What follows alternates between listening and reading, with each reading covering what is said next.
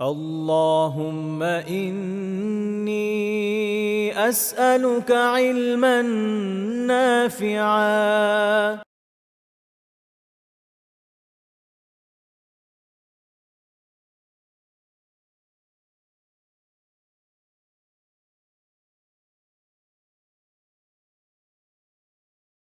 আসসালামু আলাইকুম ওরহমতুল্লাহি তাআলা ওয়া বারাকাতুহু।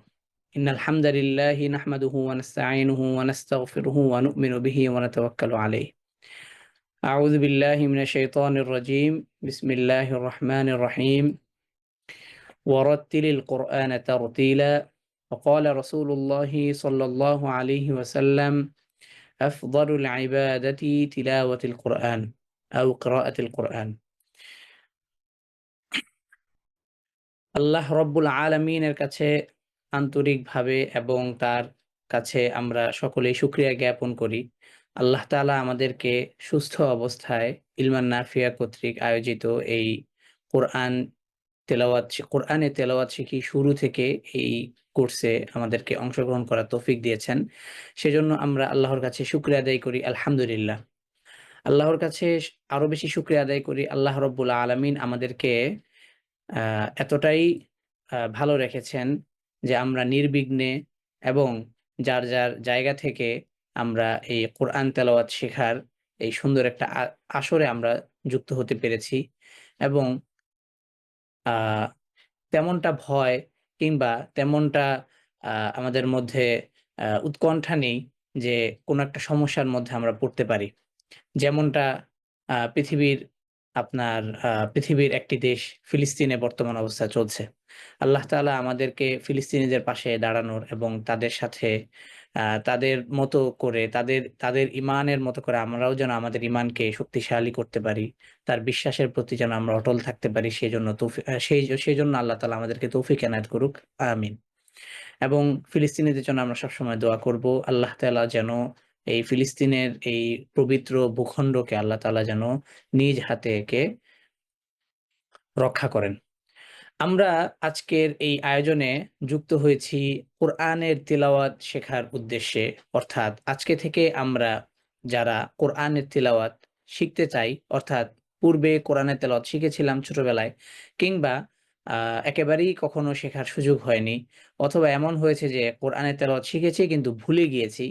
আ এই সকল যেই ক্রাইটেরিয়া গুলো আছে, হ্যাঁ? এবং পাশাপাশি যারা কোরআনের তেলাওয়াত করতে পারে টুকটাক, কিন্তু সেটা তেলাওয়াতের মধ্যে আ আ অর্থাৎ কোরআনের যেই শব্দ বা কোরআনের যেই শব্দ ভান্ডার আছে, বর্ণমালাগুলো আছে, সেগুলোর সঠিক বা সুন্দরভাবে উচ্চারণটা আমরা করতে পারি না বা সেটা ঠিকমতো হয় না।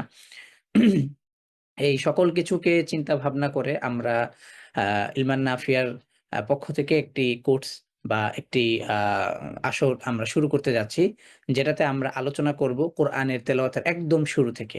অর্থাৎ আলিফ, বা, তা, সা অর্থাৎ আরবি বর্ণমালার পরিচয় থেকে আমরা শুরু করব এবং বর্ণমালার থেকে আমরা ধীরে, ধীরে কোরআনের প্রত্যেকটা যে শব্দ আছে, আ তারপর হচ্ছে বর্ণমালাকে চিনবো। বর্ণমালার সাথে আমাদের প্রত্যেকটা যেই বর্ণমালার সাথে যে আদার্স আরো যে কি সম্পর্ক থাকতে পারে সেই বিষয়গুলো সম্পর্কে আমরা জানবো। অর্থাৎ কোরআনের তেলাওয়াত করার জন্য অন্তত বেসিক যেই ইলমের আমাদের প্রয়োজন সেই ইলমটা আমরা অবশ্যই শেখার চেষ্টা করব এই কোর্সের মধ্য দিয়ে। তার পরবর্তীতে যদি আপনাদের আগ্রহ এবং আপনাদের ইচ্ছা যদি অনেক বেশি থাকে তখন আমরা তার পরবর্তীতে আরেকটি অ্যাডভান্স কোর্স আমরা ইনশাআল্লাহ আ লঞ্চ করব। তো আমাদের এই মানে আসরটাতে অংশগ্রহণ করার মূল উদ্দেশ্যটা কি? এটা মোটামুটি আমাদের পরিষ্কার।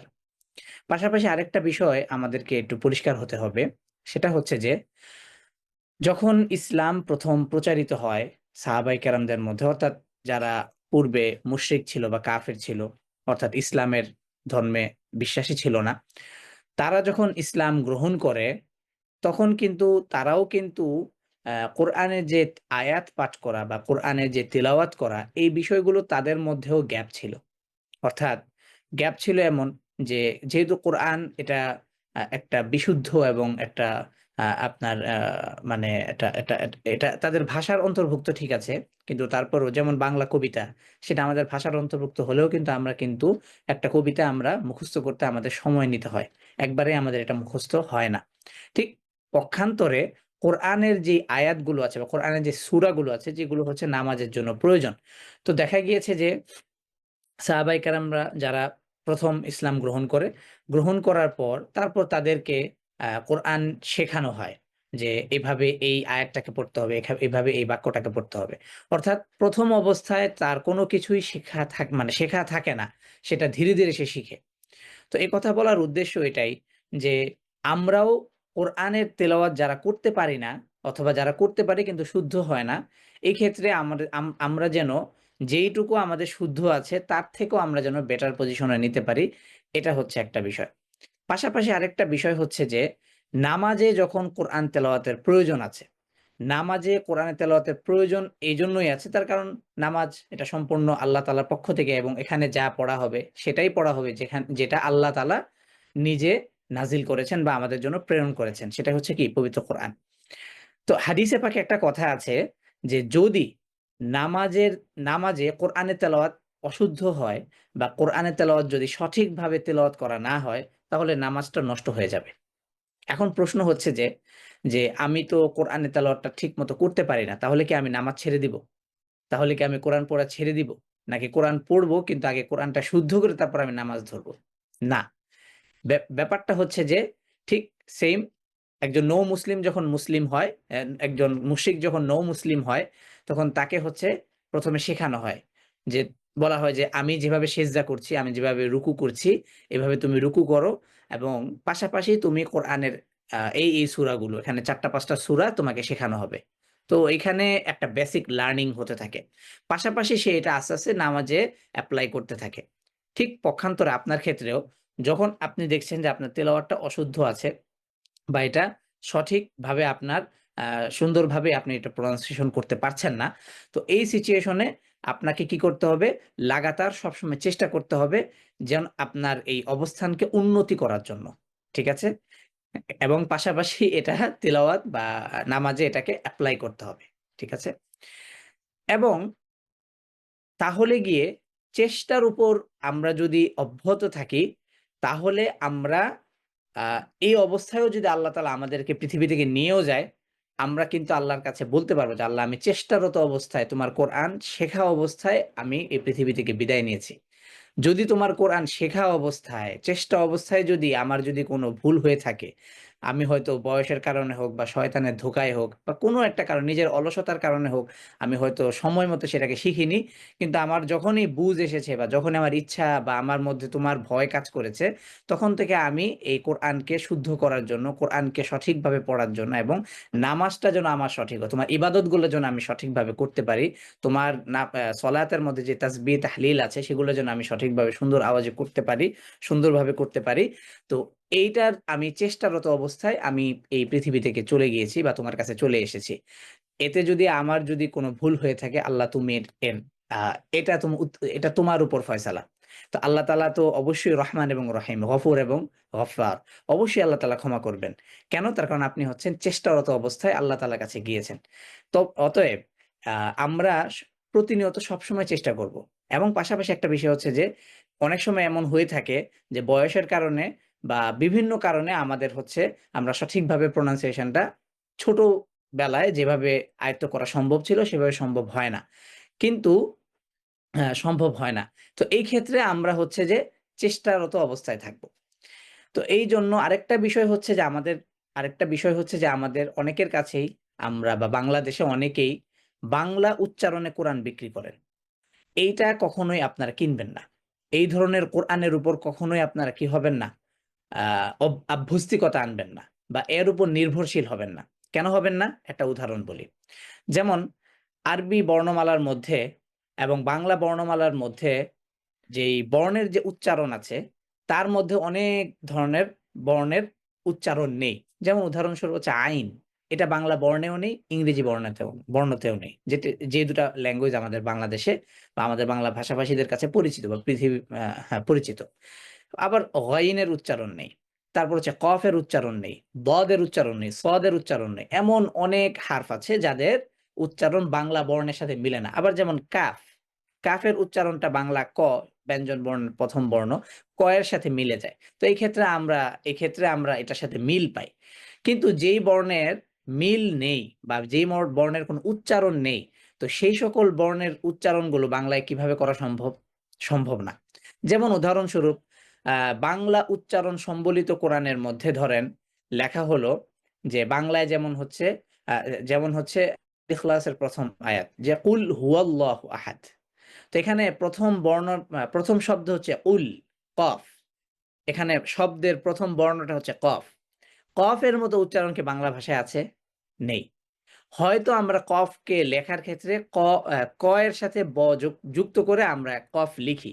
কিন্তু যখন আমি এটাকে উচ্চারণ করতে যাচ্ছি তখন কিন্তু আমাকে ঠিক সেই বর্ণের উচ্চারণটাই করতে হবে যেটা আরবি বর্ণে আছে। সেটা মানে অর্থাৎ আরবি বর্ণে যে কফের উচ্চারণটা আমাকে এক্সাক্ট উচ্চারণ করেই করা লাগছে, সেটা বাংলায় লেখা থাকলেও। এখন তাহলে এই কোরআনের মধ্যে তাহলে কিভাবে লিখবে? যে কুল হুয়াল্লাহু আহাদ যদি কেউ এভাবে লিখে, অথবা এভাবে না লিখুক, ধরেন ওটাই লিখলো যে ক ব দিয়ে যে কফ লেখা হয় বাংলায়, ওটাই দরকার হয়ে লেখা হলো। কিন্তু আপনি তো আরবিতে উচ্চারণ করতে পারেন না বলে আপনি বাংলা উচ্চারণের সাহায্য নিয়ে আপনি এই বইটা কিনেছেন। বাংলা উচ্চারণে মানে উচ্চারণ করে আপনি কোরআনটা পড়তে চান। তো এখন কথা হচ্ছে যে কফ এবং কাফ, দেখেন কুল মানে হে নবী আপনি বলুন। আর যদি আমি কফের জায়গায় কাফকে যুক্ত করে দিই তাহলে হয়ে যায় কুল, হে নবী আপনি খান। তো কুল শব্দের অর্থ হচ্ছে খাওয়া, উল শব্দের অর্থ হচ্ছে বলা। দেখেন একটা বর্ণের এলোমেলো হয়ে যাওয়ার কারণে পুরো একটা সেন্টেন্স পরিবর্তন হয়ে যাচ্ছে। তাহলে এটা দ্বারা আমাদের এটাই মানে বোঝানোর উদ্দেশ্য এটাই যে আমরা যদি বাংলা উচ্চারণ বা বাংলা বর্ণমালা দিয়ে কোরআনের আয়াতগুলোকে, কোরআনের শব্দগুলোকে লেখা বাংলা উচ্চারণে কোরআন, এই ধরনের কোরআনের উপর আমরা আভ্যস্তিকতা আমরা রাখবো না ইনশাআল্লাহ। পাশাপাশি আরেকটা বিষয় হচ্ছে যে আমরা স্বল্প বিস্তর নয়, অনেক বেশি চেষ্টা করতে হবে। আপনাদের জন্য আমি যে কোর্সটা প্রস্তুত করেছি এটা অত্যন্ত চমৎকার এবং অত্যন্ত সহজ উপায়ে আপনাদের জন্য এই কোর্সটা প্রস্তুত করা হয়েছে। আমি আপনাদের সাথে একটু অল্প করে কোর্সের ডিটেইল একটু আলোচনা করব ইনশাআল্লাহ। আশা করি আপনাদের তাজউইদের অনেকগুলো কাওয়ায়েদ আছে। এখন যেমন উদাহরণস্বরূপ একটা কাওয়ায়েদ হচ্ছে মাদ, মানে হচ্ছে লম্বা করে পড়া। লম্বা মানে কেমন? একটা বর্ণকে ২ সেকেন্ড, তারপর হচ্ছে ৪ সেকেন্ড, তারপর হচ্ছে ৬ সেকেন্ড। এখন মাদের প্রকার আছে মিনিমাম হলো ১২টার মতো।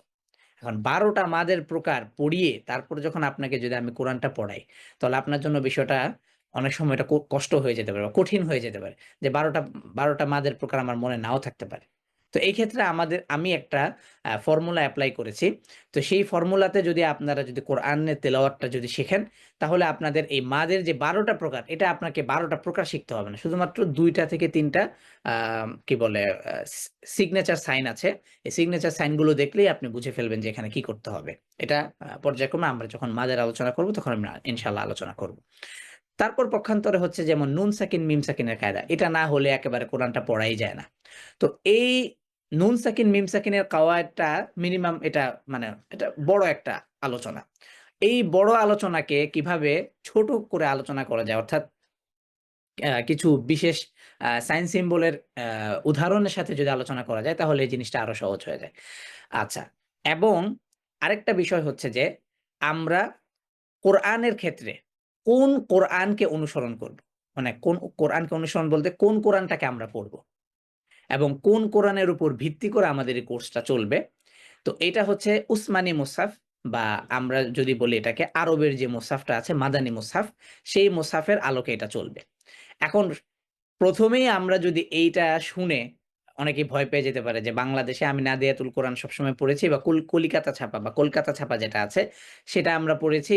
এখন ওস্তাদ আপনি যদি আমাদেরকে এই বিজ্ঞানের পর্যায়ে যদি একটা আরবের মুসহাফ দিয়ে ধরিয়ে দিয়ে যদি বলেন যে এখন আপনি এটা থেকে পড়বেন বা আপনাকে এটার মাধ্যমে শেখাবো।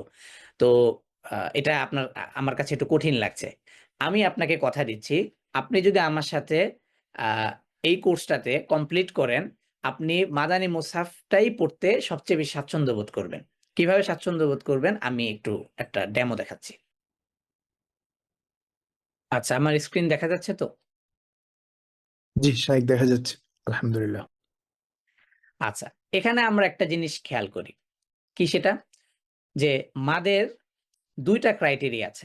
কয়টা ক্রাইটেরিয়া আছে? ২ টা।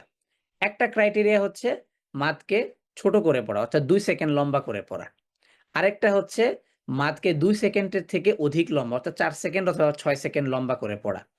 তো এই ২ ক্রাইটেরিয়ার মধ্যে আলোচনা আছে ১২ টা প্রকারের। এখন ১২ টা প্রকারের আমার আলোচনা তো দরকার নেই। যদি আমার কাছে এর থেকেও সহজ কোনো উপায় থাকে। আচ্ছা, দেখেন, আমাদের ইন্দোপাক মুসহাফ যেটা ওই যে আপনার বাসায় যেটা আছে নাদিয়াতুল কোরআন বা ওই যে কি বলে কলিকাতা ছাপার যে কোরআনটা আছে, এই কোরআনটাতে আমরা একটা বিষয় খেয়াল করি, মানে দেখব যে যে লম্বা মাদ এর ক্ষেত্রে ২ টা চিহ্ন ব্যবহার করা হয়েছে। আচ্ছা, আর মদিনা মুসহাফে বা আরবের মুসহাফে একটা চিহ্ন ব্যবহার করা হয়েছে। অর্থাৎ দেখেন, উদাহরণস্বরূপ এখানে আমরা দেখি হাদাইক, এই শব্দটার উপর একটা চিহ্ন দেওয়া আছে। এখন এই চিহ্নটা দেখা মাত্রই আপনি এখানে মানে কোনো দ্বিধা ছাড়াই ২ সেকেন্ডের অধিক ৪, ৫, ৬ যেটা আপনার খুশি যেকোনো একটা মাদের মিকদার আপনি চয়েস করে পড়তে পারবেন। অর্থাৎ ২ সেকেন্ড থেকে একটু লম্বা করবেন। হাদাইক। আচ্ছা, এইখানে যে চিহ্নটা আছে দেখেন, এই আ কি বলে মাদানী মুসহাফে ২ সেকেন্ড থেকে অধিক লম্বার যে মাদগুলো আছে সেগুলোর ক্ষেত্রে একটা চিহ্নই ব্যবহার করা হয়েছে, সেটা হচ্ছে এটা। আপনি সারা কোরআনে কিন্তু আমাদের মানে কলকাতা ছাপা যে কোরআনটা আছে বা ইন্দোপাক যে মানে নাদিয়াতুল কোরআন বলেন বা যেগুলো, এগুলোতে ২ টা চিহ্ন ব্যবহার করা হয়েছে। একটা হচ্ছে মাদ্দে মুনফাসিলের চিহ্ন, আরেকটা হচ্ছে মাদ্দে মুত্তাসিলের চিহ্ন। তো এখন আপনি বলেন, একটা চিহ্ন যদি আপনার চোখের সামনে থাকে আর এটা যদি সারা কোরআনে একটাই থাকে, মানে সারা কোরআনেই যদি এটা ব্যবহার হয়, তাহলে আপনার জন্য এটা বুঝতে সহজ নাকি ২ টা চিহ্নকে আপনার মনে রাখা সহজ? অবশ্যই আপনার একটা চিহ্ন মনে রাখলেই, মানে একটা চিহ্ন যুক্ত কোরআনটা যেটা আছে সেটা মনে রাখতে পারলেই সবচেয়ে বেশি সহজ। কারণ ২ টা চিহ্নর ক্ষেত্রে আপনাকে বারবার মানে আ বারবার কিন্তু আপনাকে আবার করা লাগতেছে যে এটা কোন চিহ্নটা? এটা কি ৪ আলিফের চিহ্ন নাকি এটা ৬ আলিফের চিহ্ন? কিন্তু আমি যদি বলি যে না এটা আমি যদি বলি যে একটা চিহ্ন দেখলেই এটা আপনি হচ্ছে ৪, ৫, ৬ যেটা খুশি আপনি সেই মাত করবেন। তাহলে কোনটা সহজ? অবশ্যই তাহলে আ এটাই সহজ। আর এটাই হচ্ছে মাদানী মুসহাফে এটা ব্যবহার করা হয়েছে। যেমন এখানে দেখেন হাদাইকতে এই চিহ্নটা ব্যবহার করেছে। একই চিহ্ন। দেখেন জাযাআম মির রাব্বিকা, দেখছেন? একই চিহ্ন। কোন পার্থক্য নাই। কিন্তু আমাদের ইন্দোপাক মুসহাফে বা মুসহাফ পাকিস্তানিতে ২ টা চিহ্ন ব্যবহার করা হয়েছে লম্বা মাদের ক্ষেত্রে। ঠিক আছে? যেমন উদাহরণ দেখাই। শাইখ আমি একটু ইন্টারাপ্ট করি আপনাকে। জি, বলেন। অনেকেই বুঝতেছে না যে এটা কি পড়া শুরু হয়ে গেছে না। আমরা অনেকেই রিকোয়েস্ট করতেছে যে আমরা আরবি হরফগুলো আগে শিখবো। ওটাই শাইখ শিখাবেন। এখন কোরআনটা বলতেছেন যে কোথা থেকে আলোচনা করবেন। কিন্তু এটা পড়া না। পড়া আপনাদের আলিফ বা থেকেই শুরু হবে ইনশাআল্লাহ। জি শাইখ। এটা আমি জাস্ট হচ্ছে আমরা যে আ ইন্দোপাক মুসহাফ দিয়ে কোরআন না শিখিয়ে মাদানী মুসহাফে যে কোরআনটা শিখাতে চাচ্ছি, এইটা জাস্ট শুধুমাত্র আপনাদেরকে বোঝানোর জন্য যে মাদানী মুসহাফের চাইতে মাদানী মুসহাফের চাইতে সহজ আর কোনো মুসহাফ নেই। অর্থাৎ আরবি যে মুসহাফ যেটা আপনারা চিনেন, সৌদি আরবের মুসহাফ নামে চিনেন যেটা। এইটার চাইতে সহজ আর কোনো মুসহাফ নেই। এটা হচ্ছে পাকিস্তানি মুসহাফ। এটা কি? পাকিস্তানি মুসহাফ। যেটা ওই যে আপনার হাতের কাছে যেটা আছে এই সেম মুসহাফই।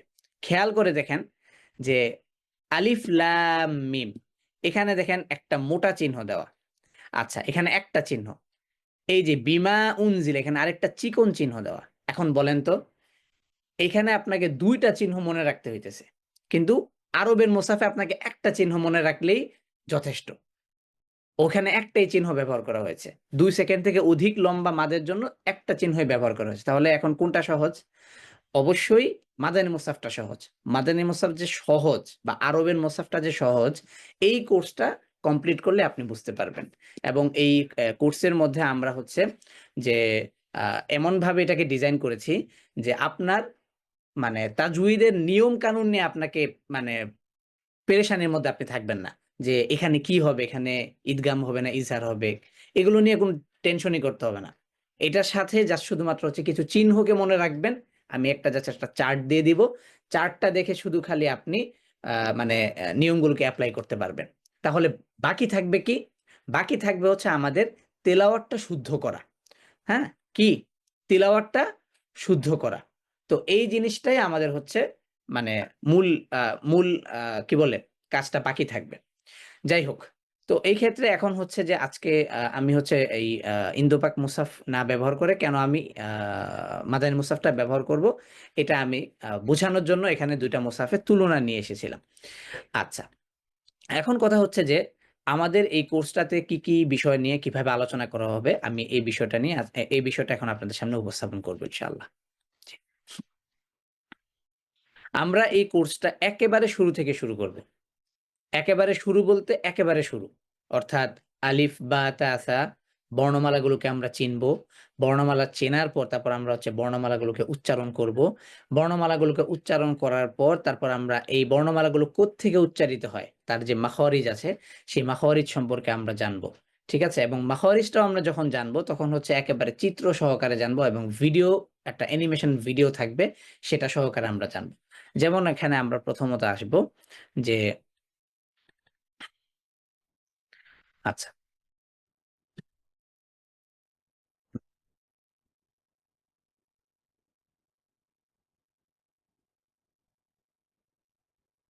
আচ্ছা।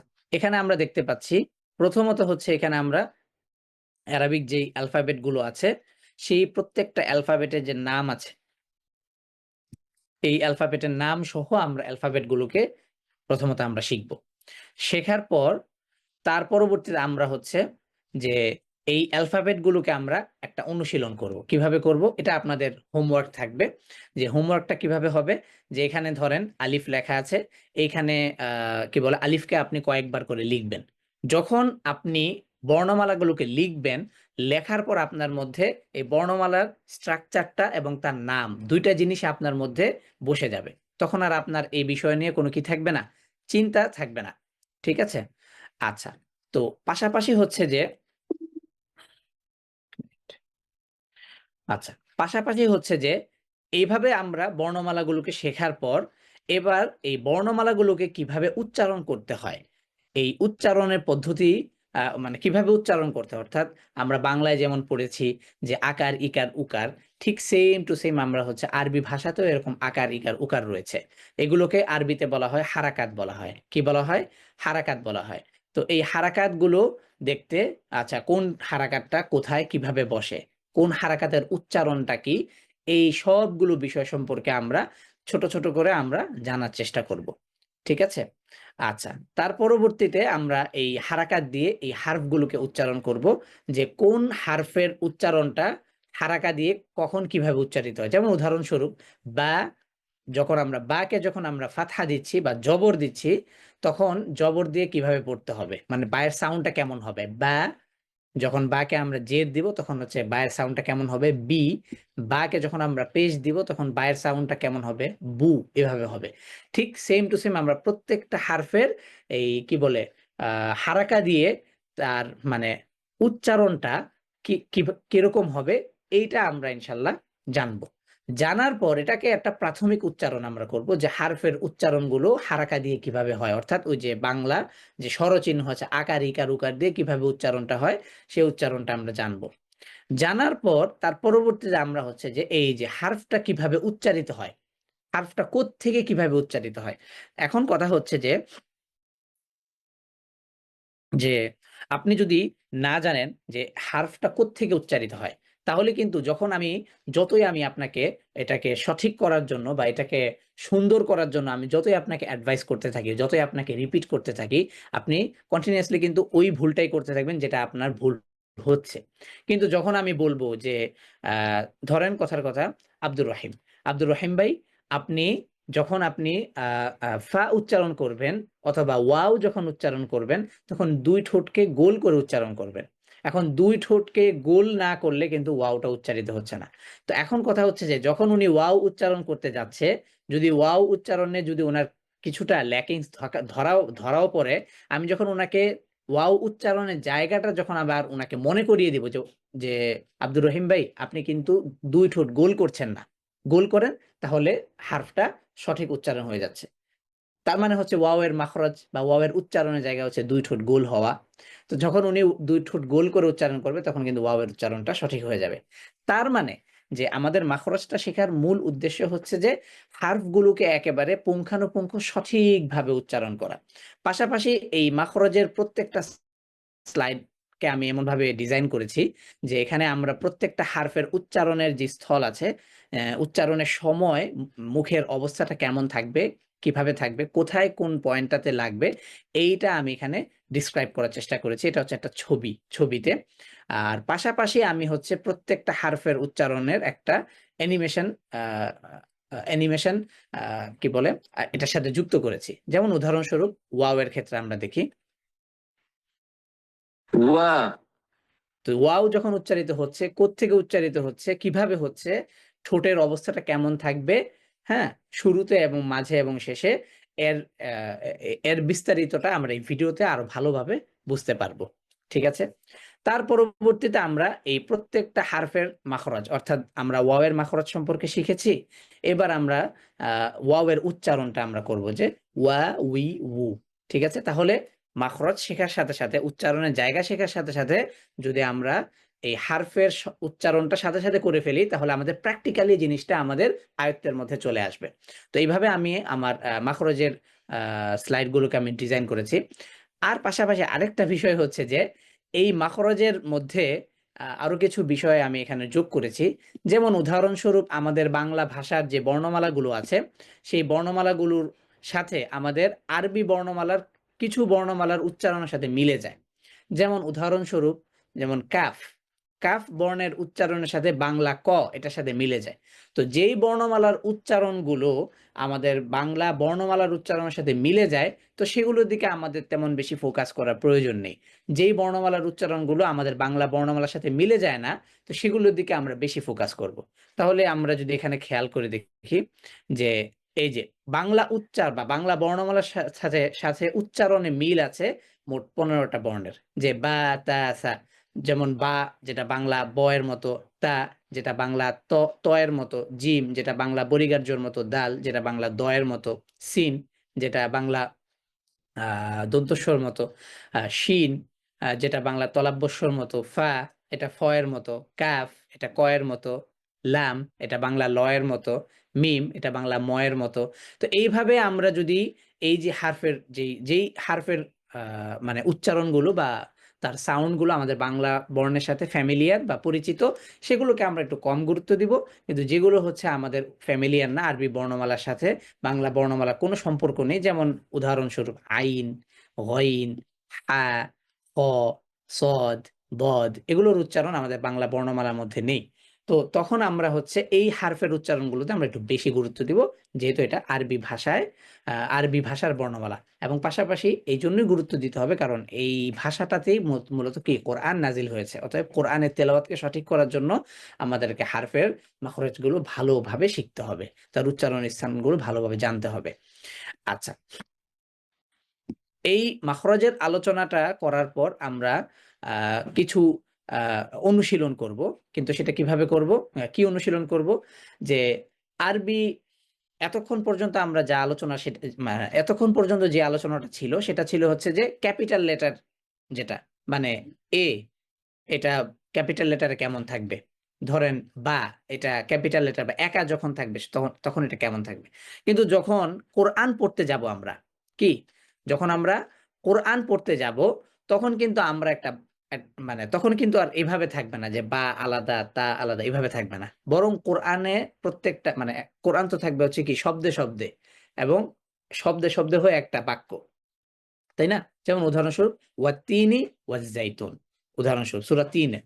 তো ওয়াত্তিনি ওয়াজ্জাইতুন এখানে ২টা শব্দ। তো এই ২টা শব্দের মধ্যে কতগুলো বর্ণ আছে?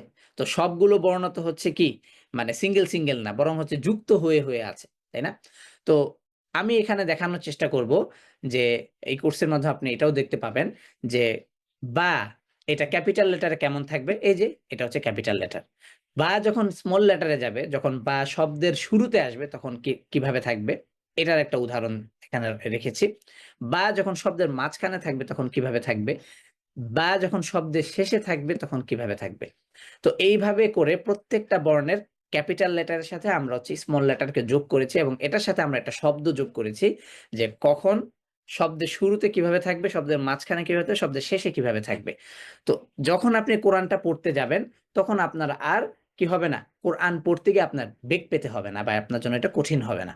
ঠিক আছে? শব্দগুলোকে বা বর্ণমালাগুলোকে চিনতে অসুবিধা হবে না। ঠিক আছে? তো এভাবে করে যখন আমরা এই বিষয়গুলোকে আমরা শিখব, তো শেখার পরবর্তীতে আমরা এই যে স্মল লেটার গুলোকে আমরা শিখব। শেখার পর আমরা হচ্ছে এই কোরআনের যেই শব্দ ভান্ডার দিয়ে, যেহেতু আমরা কোরআন তেলাওয়াত করব, মানে কোরআনের তেলাওয়াত শিখতে এসেছি, তো এই ক্ষেত্রে আমাদেরকে শব্দে শব্দে একটা অনুশীলন করা। অর্থাৎ এখানে আমরা যখন এই যে স্মল লেটারটা দেখে তারপর এই যে আমরা হচ্ছে একটা প্র্যাকটিসের মধ্যে আসব, যে এখানে হচ্ছে যে যেই শব্দগুলোকে এখানে আনা হয়েছে এই সবগুলো শব্দ হচ্ছে আমাদের কোরআন থেকে নেয়া হয়েছে। অর্থাৎ কোরআনে সূরাতুল ফালাকের ৫ নাম্বার আয়াত থেকে হাসাদ শব্দটাকে নেয়া হয়েছে। এবং এই যে আপনাদের যে অনুশীলনটা আমি এইভাবে ডিজাইন করেছি যে আ ফাতহা দিয়ে অর্থাৎ জবর দিয়ে একটা অনুশীলন, জের দিয়ে একটা অনুশীলন, পেশ দিয়ে একটা অনুশীলন। আচ্ছা। তো এবং প্রত্যেকটা শব্দ, এই শব্দগুলোকে সম্পূর্ণ আমি কোরআনের থেকে এগুলোকে সংগ্রহ করেছি। কোরআন থেকে এই শব্দগুলোকে সংগ্রহ করেছি যেন আমরা যেহেতু কোরআনটা পড়বো, এই ক্ষেত্রে আমাদের যেন কোরআনের শব্দের সাথেই যেন আমরা অনুশীলন করি। তাহলে দেখা গিয়েছে যে আমাদের অনুশীলনটা কোরআন রিলেটেড হবে। যখন আমরা কোরআন পড়তে যাবো, এই শব্দগুলোর সাথে আমাদের বেশি, বেশি পরিচিত হবে এবং এই শব্দগুলোর মাধ্যমে আমরা কোরআন তেলাওয়াতকে আরো বেশি সুন্দর এবং প্রাণবন্ত করতে পারবো। আচ্ছা। তো তার পরবর্তীতে আমরা হচ্ছে নুন সাকিন এবং মিম সাকিনের যে কওয়ায়েদ আছে সেটা আমরা যে চিহ্নের মাধ্যমে ইনশাআল্লাহ আমরা এটাকে শিখব। যেটা আমি অল্প একটু দেখিয়েছি আজকে। তো আজকে আর আমরা আর তেমন বেশি আলোচনা করব না। তবে আজকের এই আলোচনার মধ্য থেকে একটাই কথা আমার, যে আপনারা যখন এই ক্লাসে যুক্ত হবেন, আগামীকালকে আমাদের আরেকটি ক্লাস আছে। তো যখন আপনারা ক্লাসে যুক্ত হবেন অবশ্যই আপনারা অত্যন্ত গুরুত্বের সাথে এই ক্লাসটিতে যুক্ত হবেন। কেননা আ আপনারা যতটুকু সুযোগ পেয়ে এই ক্লাসে বসতে পেরেছেন, পৃথিবীর আরেকটা প্রান্তে সেই মানুষগুলো কিন্তু ক্লাস তো দূরে থাক, নিজের জীবনকে নিয়েই সবচেয়ে বেশি সন্দিহান অবস্থায় থাকে। তো আল্লাহ তাআলা আমাদেরকে এতটা আরাম আয়েশে এবং এতটা সুবিধার মধ্য দিয়ে তার কোরআনকে শেখার একটা ব্যবস্থা করে দিয়েছে এবং এই যে অনলাইনের মাধ্যমে, অর্থাৎ আপনাকে কোথাও যেতেও হচ্ছে না, আপনার কোনো মানে পূর্ব প্রস্তুতি নেয়া লাগছে না। শুধুমাত্র আপনি সামান্য অল্প কিছু প্রস্তুতি নিয়েই আপনি ক্লাসে বসতে পারছেন এবং আপনি আ এই একাডেমির মাধ্যমে, আমাদের এই ইলমান নাফিয়ার মাধ্যমে আপনি দেশ-বিদেশের অনেক ভালো, ভালো ওস্তাদদের কাছ থেকে আপনারা হচ্ছে বিভিন্ন বিষয় শিখতে পারছেন। এর থেকে সহজভাবে দিন শেখার আর কোনো উপায়ই হতে পারে না। উদাহরণস্বরূপ আমি আপনাদেরকে একটা কথা বলি যে পূর্বে যখন ইলম শেখা হতো বা একটা ইলম যখন প্রচারিত হতো, তখন অনেক সময় নিয়ে একটা ইলমের প্রচার হতো। যেমন আ উদাহরণস্বরূপ যেকোনো একটা ইলম। যেমন হতে পারে একটা কোরআনের আয়াত, হতে পারে একটা হাদিস। এই হাদিসটা এটা হাদিস কিনা এইটা মানে আ করার জন্য কি বলে শেখার জন্য বা এইটার সনদ ঠিক আছে কিনা এইটার এটা শেখার জন্য দেখা গিয়েছে যে বিভিন্ন দূর-দূরান্তে সফর করতে হয়। যেমন তৎকালীন সময়ে সফর অবশ্যই অনেক কঠিন ছিল। বর্তমানের মতো নয় যে আমি ভিসা করলাম, ফ্লাইট করলাম, চলে গেলাম। শেখের সাথে আমি অনলাইনে যোগাযোগ করে উনার লোকেশন নিয়ে আমি উনার কাছে গেলাম। তো অফলাইনে বা নিজে যেয়ে শেখা যেটা, এটা হচ্ছে তখন গিয়ে শেখা হয়। মানে একেবারেই অনলাইনে হচ্ছে না। তখন বর্তমানে। কিন্তু এখন আপনার অনলাইনে আলহামদুলিল্লাহ সবকিছুই করা সম্ভব। তো আমরা অনলাইনে ক্লাস হিসেবে আমরা যেন এটাকে অবহেলা না করি। বরং আমরা প্রত্যেকটা ক্লাসে আমরা মনোযোগের সাথে যদি আমরা বসি এবং মনোযোগের সাথে যদি কোর্সটা কমপ্লিট করি, আশা করি ইনশাআল্লাহ আপনার কোরআন তিলাওয়াত করা নিয়ে আর কোন ধরনের কোন মানে সন্দেহ থাকবে না বা কোন ধরনের কোন গ্যাপ থাকবে না ইনশাআল্লাহ। আমি আপনাদের সাথে এটা কথা দিলাম এবং আপনারা অবশ্যই কোরআনের তেলাওয়াতটা সুন্দরভাবে সাবলীলভাবে আপনারা করতে পারবেন। এই কোর্সটা যদি আপনারা শুরু থেকে শেষ পর্যন্ত ঠিকঠাক মতো করতে পারেন। এবং আরো একটা বিষয় হচ্ছে যে কোর্সগুলো রেকর্ড হয়, অর্থাৎ ক্লাসগুলো রেকর্ড হয়। কোন কারণে যদি আপনার আজকের ক্লাসটাতে যে আলোচনা হয়েছে, কোন কারণে আপনি যেটা নাও বুঝতে পারেন অথবা আপনি বুঝতে পেরেছেন, রিভিশনের সময় আপনি আবার সেটা YouTube এ পাচ্ছেন, Facebook এ পাচ্ছেন। এটা রেকর্ড অবস্থায়। তো এর থেকে সহজ এবং এর থেকে আরামদায়কভাবে ইলম অর্জন করাটা এটা আসলেই অত্যন্ত অত্যন্ত শুকরিয়ার বিষয়। আল্লাহ তাআলা আমাদেরকে এই ইলমটাকে সুন্দরভাবে শেখার এবং সুন্দরভাবে পড়ার তৌফিক দান করুক। কোরআনের প্রত্যেকটা আয়াতকে যেন আমরা সুন্দরভাবে পড়তে পারি, আল্লাহ তাআলা আমাদেরকে সেই তৌফিক দান করুক। এবং নামাজের জন্য যেইটুকু কোরআনের তেলাওয়াত আমাদের সঠিক হওয়া দরকার, এটার চাইতে আমাদের জীবনে কোরআনকে যেন আমরা ধারণ করতে পারি এবং কোরআনের পূর্ণ কোরআনটা যেন আমরা শুদ্ধভাবে পড়তে পারি। আল্লাহ তাআলা আমাদেরকে সেই তৌফিক দান করুক। আমিন। আর আর হচ্ছে ক্লাসের শুরুতে আমরা আগামী ক্লাস থেকে আমরা ইনশাআল্লাহ প্রত্যেকেই আহ, ব্যক্তিগত একটি নোট খাতা আমরা নিয়ে আসব এবং আমি আপনাদের সাথে গ্রুপে একটা পিডিএফ শেয়ার করে দেব। এই পিডিএফটা আপনারা সংগ্রহ করে নেবেন যার যার ফোনে। আর যদি কারো কাছে সম্ভব হয় যে আরবের মোসাফ অথবা আরবের যে কোরআনটা আছে, সৌদি মোসাফ যেটা আর কি, বা আমার পিডিএফ এর সাথে মিলিয়ে যেই মোসাফটা যদি আপনাদের কাছে থেকে থাকে তাহলে তাহলে আলহামদুলিল্লাহ, যদি না থেকে থাকে তাহলে আমরা পিডিএফ থেকে হেল্প নিব ইনশাআল্লাহ। ঠিক আছে, তাহলে আজকে আমরা এখানে শেষ করব। সুবহানাকাল্লাহুম্মা ওয়া বিহামদিকা আশহাদু আল্লা ইলাহা ইল্লাল্লাহু ওয়া আশহাদু আন্না মুহাম্মাদান আবদুহু ওয়া রাসূলুহু। জাহিদ ভাই, আপনার যদি কোনো কথা থাকে।